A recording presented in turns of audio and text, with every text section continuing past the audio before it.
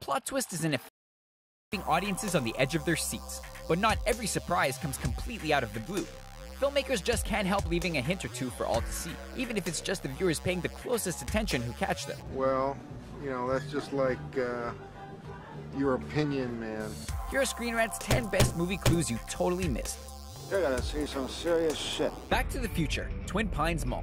The first Back to the Future ends with a bit of a twist. It reveals that the life Marty McFly leaves behind in 1985 is not the same one he returns to. His actions in the past have caused his entire family history to change for the better, but you don't have to wait until the final sequences for that surprise. When Marty rushes to the parking lot of Twin Pines Mall to save Doc before he's killed, it's revealed to have changed its name to Lone Pine Mall. The name change is a result of Marty running over one of Farmer Peabody's prized pines when he first arrives in 1955. It's the first clue that he altered the timeline instead of preserving. 21 Jump Street, a familiar flavor.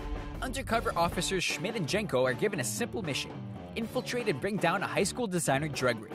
Finding the dealer is simple enough, but finding his supplier and kingpin proves much more challenging, but it didn't have to be. After the first two take the drug while at school, Jenko notes that it tastes like Cool Ranch. What's that? Barbecue Cool Ranch? Have fun. Just a few moments later, Coach Walters appears snacking on, you guessed it, Cool Ranch Doritos. Walter turns out to be the operation's mastermind, explaining where that flavor came from. The officers might have spotted the clue if they weren't too distracted by their own tongues. Put your tongue back in your mouth. Tongue in your mouth and close it. What are you doing? Stop it. Reservoir Dogs, Big Tippers. After a Jewel heist goes horribly wrong, Quentin Tarantino's cast of thieves are convinced that there's a rat in their midst. The survivors are left to find out which one of their team may be working with the police. A collection of bottles hints that Mr. Orange isn't on the same page as Mr. White or Pink, but the undercover LAPD officer actually lets the secret slip in the very first sentence. First, he changes his mind to fit in with his colleague. Just convinced me. Give me my dollar back. Then, when the group asked who didn't tip for their breakfast, Orange immediately squeals. Put in throw.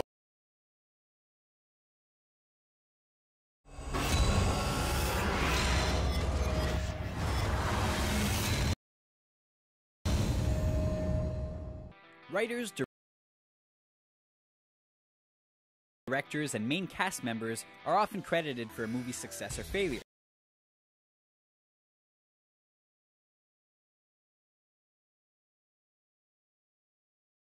Like countless professionals leave their mark on every feature film.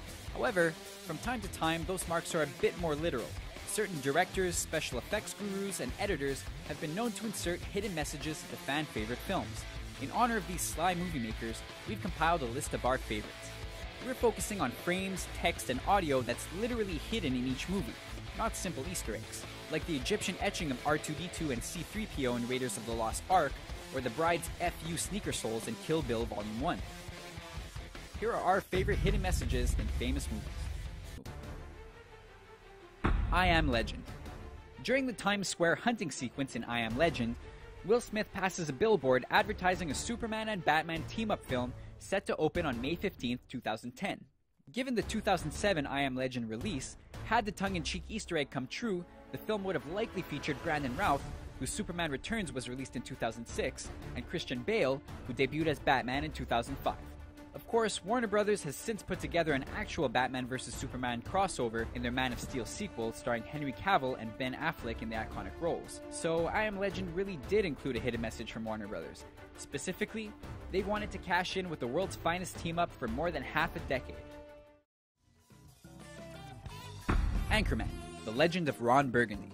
Veronica Corningstone, played by Christina Applegate, visits a Mexican restaurant with other women from the KVWN Channel 4 to punish Ron Burgundy and the news team for their sexist views. Why don't you go back to your home on Whore Island?